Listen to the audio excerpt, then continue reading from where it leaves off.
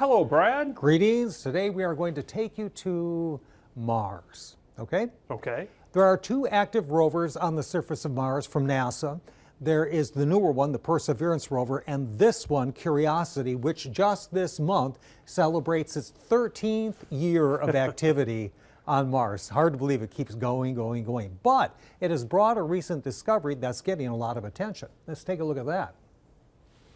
Mars rover finds ancient water wave ripples preserved in the stone there on Mars, particularly in the upper image. In the lower image, you can also see where ripples would have formed deposits and layers in the ancient past. But let's just concentrate on the upper picture for now. All right.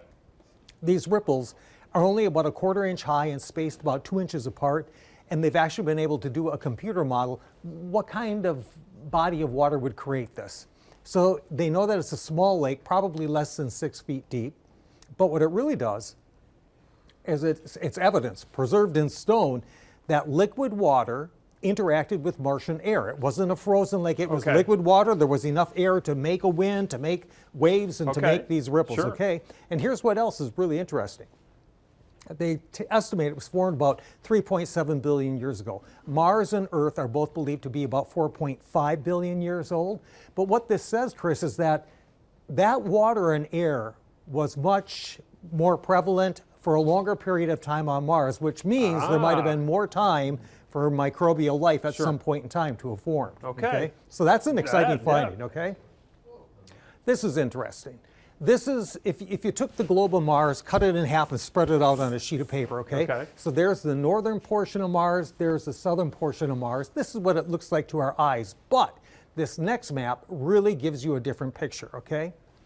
Again, north is the top, south is the bottom. This is an elevation map. The bluers colors are lower in elevation. The yellows, oranges, and reds are higher in elevation, okay?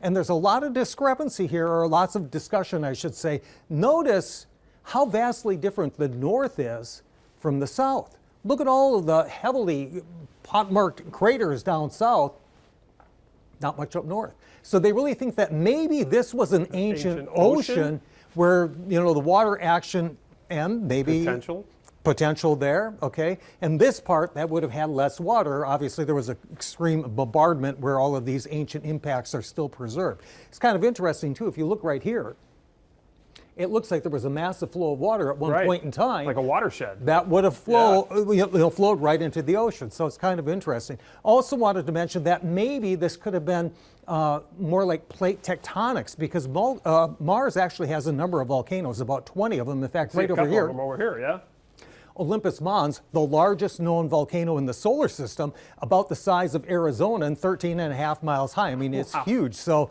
it's interesting, though, to think that maybe one day there was that much water on Mars. Okay. And then I have one more quick update for you. We had a still picture of these Martian clouds at twilight a few weeks back. Now NASA has released this animation, if you will, clouds in motion. It's going at 480 times its actual speed, but can you imagine standing on Mars and looking up and seeing these clouds, and it would kind of maybe make you a little homesick, because it looks very similar to clouds here on Earth. Like if somebody's out taking a video on their phone outside of a plane window right there. A little bit. All right. But it's interesting. It is. Brad, thanks so much. We'll see you again on Monday. Still to come here.